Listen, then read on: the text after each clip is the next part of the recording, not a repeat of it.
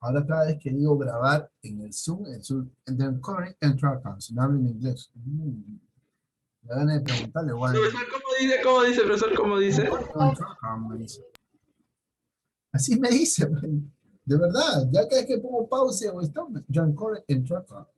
No sé si me hablan en inglés, en ruso o en portugués. Uno de inglés, creo que británico, el que me está hablando. Bien, muchachos, vamos a continuar nuestra clase el día de hoy. Continuamos con la Primera Guerra Mundial y vamos al desenlace del cierre. ¿Qué trae consigo el cierre? El desenlace de 1918. Primero, punto número uno, Rusia se va a retirar de la guerra. El zar Nicolás II decide retirarse de la contienda. Ojo, ojo, ojo, ¿por qué? Porque, ¿qué es lo que pasa? Normalmente se dice, se retiró de la guerra y ahí nomás quedó. No, no, no, no, no, no, no, no, no confundamos las cosas. No es que ahí nomás quedó con el zar Nicolás II, sino que él va a pasar por una crisis. ¿Qué crisis va a pasar Rusia para 1917? Pregunto yo, a ver si por ahí alguien tiene conocimiento, por ahí algo, leyó, le comentaron, le dijeron.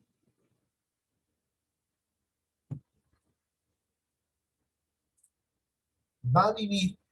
¿Económica? Exacto, va a haber una crisis económica. ¿Saben lo que está pasando? Que Rusia va a pasar por su segundo periodo de revolución. Y una revolución muy significativa en el sentido de que Rusia van a querer destituir al zar Nicolás II. El zarismo se va a perder. Es aquí donde prácticamente la política o el manejo de Rusia cambia, ¿no? Para lo que hoy en día estamos viendo, ¿no? O sea, aquí se da el cambio. Y de ahí para adelante, como lo estamos viendo en la actualidad, Rusia con un presidente que es Putin en este caso, pero vamos a darnos cuenta que el régimen zarista cambia totalmente. ¿Por qué? Los zares estaban decididos a que a pesar de que hubiese crisis, instaurarse, mostrarse como una potencia mundial, y esa crisis lo conllevó a que cabe su propia tumba el zar Nicolás II. El zar Nicolás II es retirado de los dominios de Rusia prácticamente, y prácticamente los revolucionarios, ahí vamos a estar ver la imagen de Lenin Vladimir Ulyanov, más adelante vamos a ir analizando cómo se presenta toda esta contienda de la Revolución Rusa de 1917. Importante hecho porque condiciona la participación de Rusia en la Primera Guerra Mundial. Los germanos creían posicionarse, Alemania quería posicionarse bien, por eso es que para 1916 empieza a hacer una serie de artículos, que yo te voy a atacar si yo te veo navegando por mis mares, por mi área. Recuerden ustedes que estamos en un conflicto de guerra, un avión enemigo no va a ser considerado de que está paseando por mi zona, sino que me quiere bombardear. Estamos en tiempo de guerra, señores. Estamos en tiempo de guerra. Por lo tanto, las amenazas estaban dadas. Los periódicos de Alemania publicaban y publicaban artículos acerca de lo que podían hacer si encontraban un bando enemigo. Va muy bien. Va a haber un hecho importantísimo, ¿no? Para el mes de noviembre de 1917, entre 17 y 16, por así decirlo.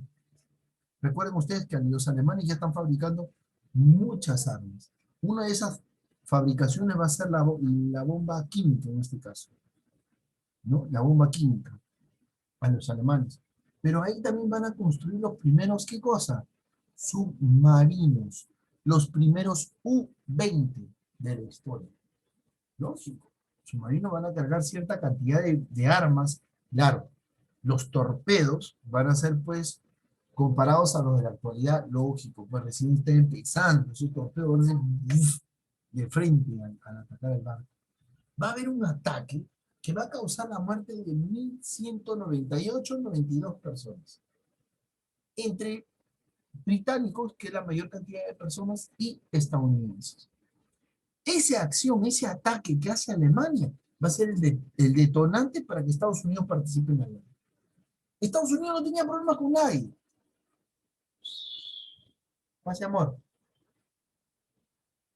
Pero se va a dar ese detonante para que participe en la guerra. ¿Qué pasa? Los ingleses tenían sus navegaciones, construían espectaculares transatlánticos, barcos, por así decirlo, o cruceros. Construyeron el Lusitania. Él va a tener su hermano, no me acuerdo su nombre de su hermano, por ahí nomás está por el nombre, Lusitania, Mustiniana, algo así, algo por ahí. Ahorita vamos a detectarlo el nombre de Lusitania y su hermano. Ellos, los ingleses van a fabricar estos barcos, no los irlandeses. Al fabricar estos barcos, estas naves, ¿no?, importantes, lo van a fabricar espectacularmente. Pero, ¿cuál es el error? Que cuando construyeron estos dos barcos, que eran hermanitos, ¿no?, dijeron que en cualquier momento estos barcos también podían ser parte de armas de guerra. Y ese fue el talón de Aquiles. Los alemanes no lo miraron como crucero, sino lo miraron como un arma de guerra. Si está en sus costas y está en guerra, ¿qué los está apuntando? Un arma de guerra. Por lo tanto, los alemanes se pusieron en ellos para atacar este barco y hundir. Que después, con esto, con este accionar de Alemania, Estados Unidos lo obligó y lo demandó prácticamente a Alemania, y Estados Unidos le declara la guerra en Brasil por el tal hecho, ¿no?, de prácticamente condicionar la vida humana. 1192 días, queridos alumnos, queridos estudiantes. Reaccionó a Estados Unidos y prácticamente dijo: hey, te declaro la guerra. Y Estados Unidos participa en la guerra y le da la última estocada a Alemania. ¿Ustedes han visto cuando Piolé, el torero, está así? Y el pobre torito, pobre animalito, definitivamente que sí, está así, incrustado, como diciendo: ya de una vez acá con mi vida, le dice al torero. Y lo embiste, igualito fue Alemania. Embistió.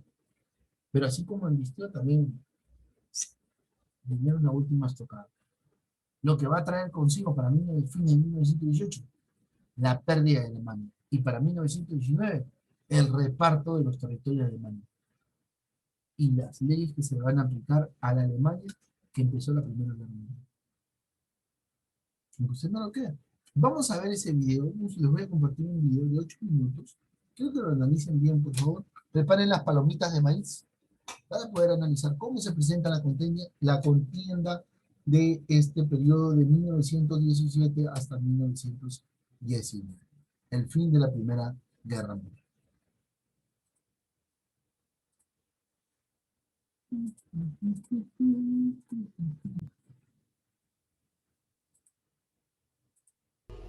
¿Escuchas, Cabo? Sí se escucha, profesor. Por el apoyo que nos han Un favorcito bien grande.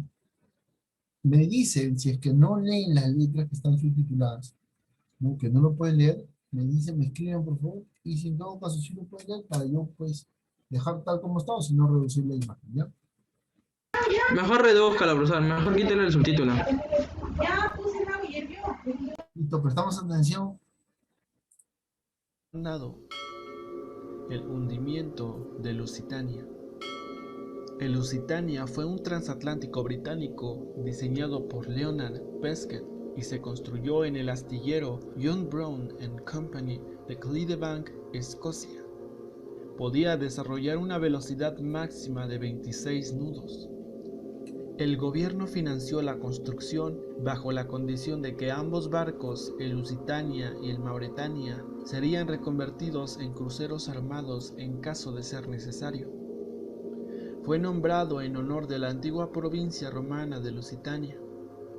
Su botadura sucedió en junio de 1906 en Glasgow y fue equipado con el máximo lujo posible para la época, tanto en primera como en segunda clase, convirtiéndose en un referente que desafiaba a las navieras de la competencia. El barco entró en el servicio de pasajeros de la Cunard Line el 26 de agosto de 1907. Fue el barco más grande del mundo junto al Mauretania, hasta que la compañía rival White Star Line botó el Olympic en 1911 y en 1912 al Titanic. El Lusitania era un buque de líneas elegantes, dotado de 4 chimeneas, turbinas y 4 hélices. Poseía suficiente cantidad de botes salvavidas y era capaz de transportar 2.198 pasajeros distribuidos en sus diferentes clases. Tal fue el éxito que la compañía White Star Line diseñó el interior de lujo de sus barcos de línea, tales como el Olympic y el Titanic, basándose en el lujo interior de este barco. El Lusitania fue construido para competir contra otras compañías navieras, principalmente alemanas, por el tránsito atlántico de pasajeros, y lo hizo representando a la Cunard Line, pues la compañía que tuviera los barcos más rápidos y lujosos tendría una ventaja comercial. El Lusitania y su gemelo Mauretania proporcionaron un servicio regular entre las Islas Británicas y los Estados Unidos hasta el estallido de la Primera Guerra Mundial.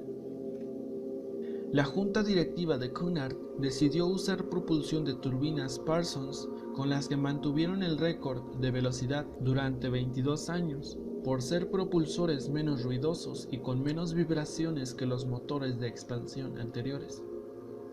Ambos buques fueron los más grandes del mundo en el momento de su botadura y tenían para cada pasajero un 50% más de espacio que sus rivales, lo que les permitió ofrecer un lujo sin precedentes. Ambos transatlánticos ganaron para la Cunard Line en diferentes momentos de su carrera la banda azul, el premio al barco más veloz en cruzar el océano. El Lusitania y su gemelo fueron diseñados para convertirse en cruceros auxiliares armados en tiempos de guerra, pero fueron liberados de esta tarea poco después de que iniciara la Guerra Mundial, pues consumían mucho combustible. El Lusitania volvió a transportar pasajeros y el Mauretania hizo lo propio con tropas. El Lusitania tuvo la mala suerte de caer víctima de los torpedos cuando la guerra estaba en sus compases iniciales, pues aún no se habían perfeccionado técnicas para evadir submarinos.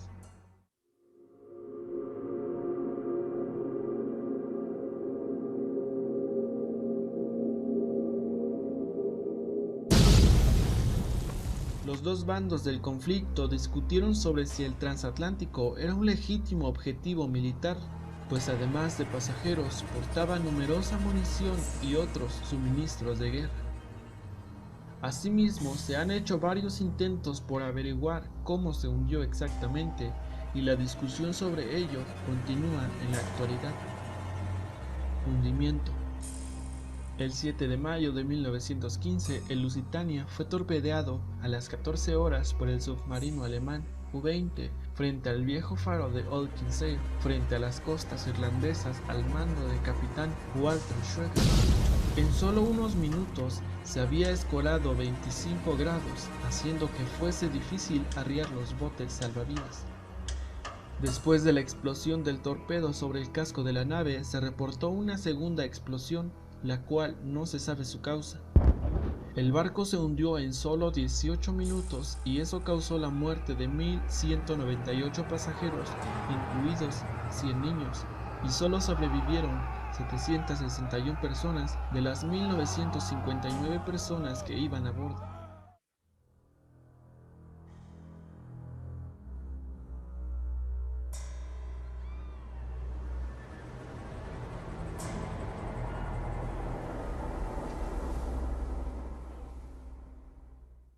El buque se hundió a 91 metros de profundidad, quedó sobre la quilla levemente inclinado a estribor, prácticamente entero.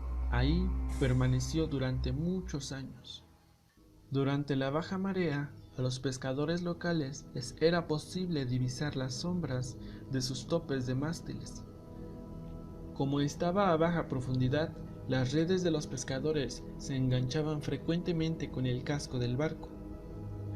Cuando por fin la tecnología permitió sumergirse a mayores profundidades, el Lusitania ya se había desmoronado completamente sobre su costado de estribor. El gobierno inglés siempre interpuso una multitud de obstáculos para explorar el pecio, y en varias ocasiones lo usó como objetivo para prácticas de tiro de torpedos, siendo esta una de las causas de su mal estado. Robert Ballard, conocido oceanógrafo descubridor del Titanic, realizó en 1990 un informe del barco en su tumba.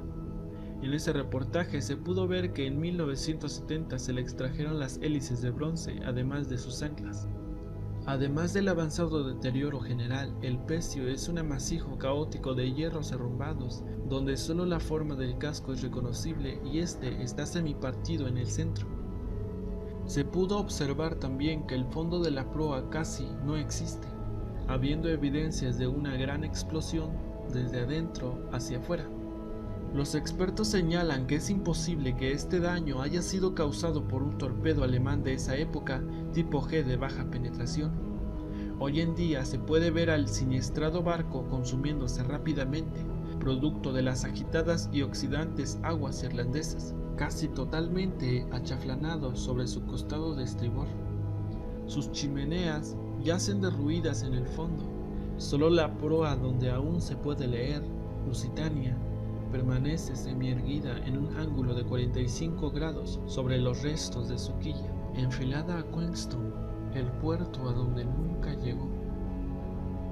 Bien, esto fue todo por hoy.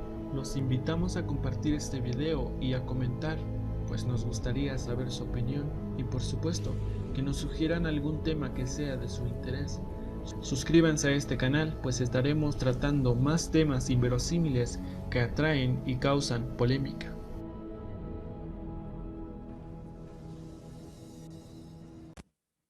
Bien, esa fue la historia del determinante de ese barco, pues de ese crucero transatlántico en este caso, ¿no? Y la participación de Estados Unidos en esta Primera Guerra Mundial, en base a, muy bien, como pasó esto, y ahí también terminó la guerra.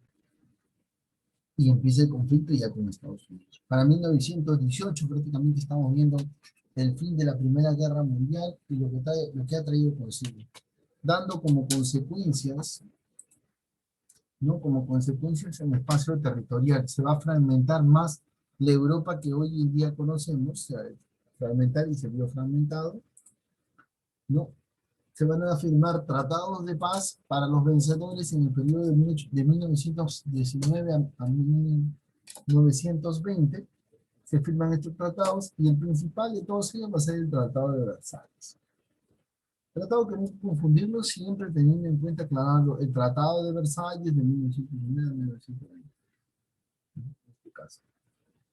Ahora, como se van a dar pues estos tiempos en el cual pues se van a firmar tratados y en base a estos tratados se necesita llegar a una conclusión, vamos a ver cómo se sustenta el Tratado de Versalles, ¿no? En el anterior acá. Vamos a ver cómo se sustenta. Acá, voy a leernos el primer párrafo.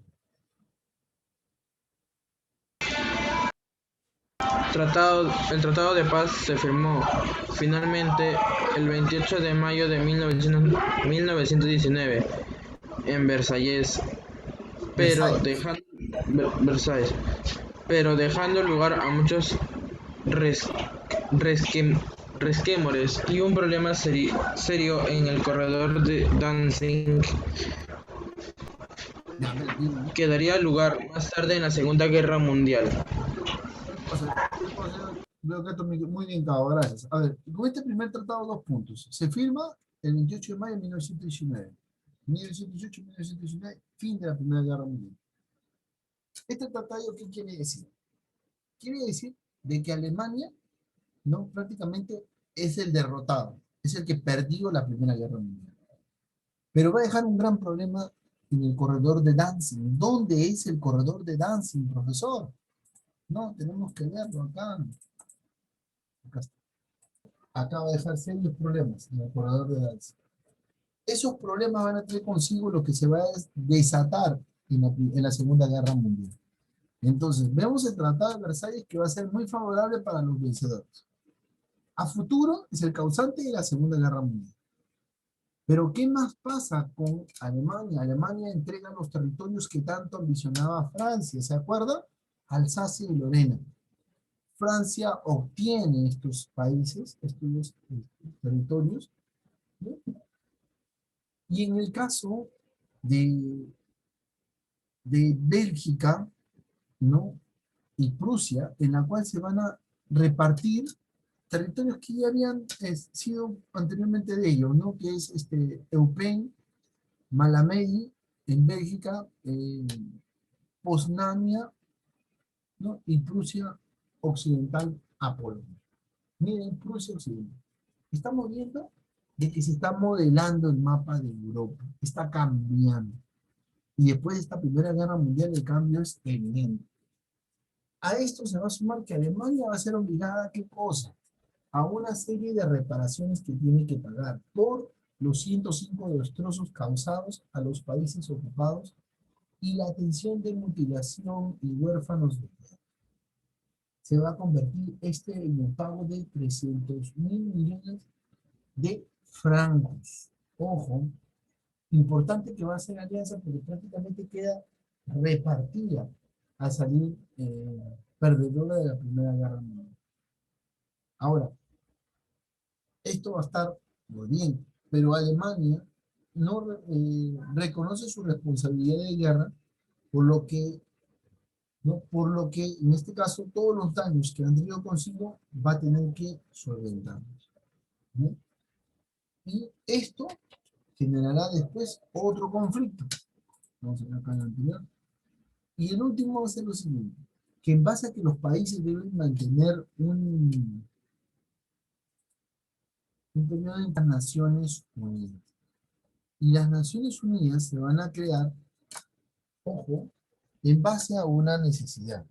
El promotor de estas Naciones Unidas es el señor Wilson, de la idea sobre la creación de una sociedad de naciones, la cual tiene que garantizar el respeto a la vida humana, o sea, el respeto a los derechos humanos como tal.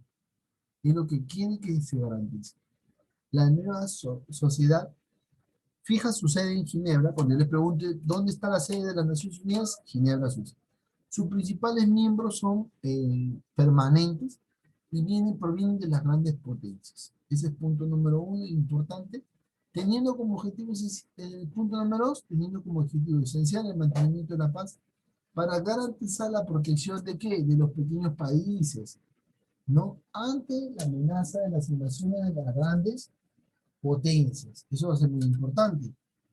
El principio de seguridad colectiva. La Sociedad de las Naciones va a conseguir algunos éxitos en su labor. Por lo tanto, es importante de las Naciones Unidas en cuanto al desarrollo de conflictos, ¿no? Porque qué vela de que no se vuelva a repetir esta Primera Guerra Mundial. Y a pesar de que se creó, ¿no? Lo que desean ustedes es que no se vuelva a repetir. Pero sin embargo, se va a volver a repetir esta historia de la Segunda Guerra Mundial, que va a ser pues con la misma que acabamos de mencionar. ¿Sí? Un punto importante es ver cómo pues se va cerrando toda esta situación de la Primera Guerra Mundial, cómo se va cerrando en la parte final de la Primera Guerra Mundial con una Alemania vencida, con una Alemania que repartieron sus territorios, con una Alemania endeudada con 300.000 millones de francos, con una Alemania con conflicto económicamente por lo bajo, una Rusia pasando por problemas, una Francia, un Reino Unido, un Reino de Italia bien consolidado y posicionado en estos tiempos. Entonces estamos viendo cómo las cosas están cambiando para esta civilización, o cómo se va a ir presentando esta guerra, y cómo se va a ir presentando, y confundiendo la civilización, y cómo se está presentando esta guerra en esta parte, no de la historia universal. Así se va a dar todo este desenlace. Nosotros la próxima clase, ¿no? Lógico, vamos a dejar la tarea correspondiente. La próxima clase vamos a continuar hablando ya de los hechos que van a traer consigo. Primero, las consecuencias de la Primera Guerra Mundial, el surgimiento de las instituciones después de la guerra, ¿no? Y esos hechos importantes que se dan para el inicio de la Primera Guerra Mundial. ¿Por qué vamos a retomar las consecuencias? Solamente para recordar un poquito y tener relación de cómo se presentan los espacios entre una guerra y otra guerra, para hablar de todo ese espacio que se va a dar y se va a presentar. ¿Qué va a originar la Segunda Guerra Mundial? ¿A raíz de qué se va a originar? Es lo que nosotros vamos a tratar de dialogar la siguiente clase. Hasta este punto, ¿alguna pregunta? Por favor, para poder cerrar sesión. Gracias, Justin. Gracias, Flor de la Cruz. Gracias, Alison, Leonor, Jacinto. Cuídense mucho y muchas bendiciones y estaremos subiendo la tarea a la plataforma. Que tengan una excelente tarde, queridos estudiantes. Chao, profesor, que le vaya bien. Chao, profesor. Omin, ya sabes. Chao, profesor.